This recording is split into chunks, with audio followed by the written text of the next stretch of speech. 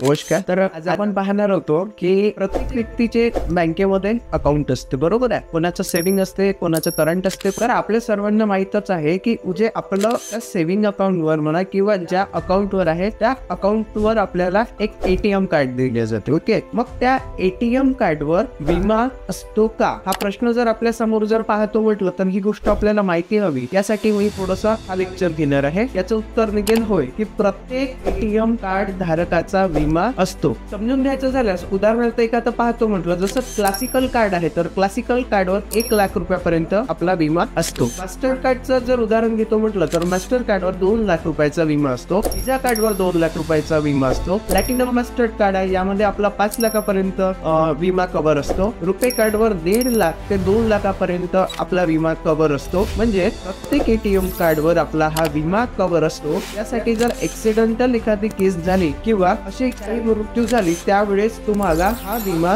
दावा करून बँकेमधून मिळवता येतो. ठीक आहे, धन्यवाद.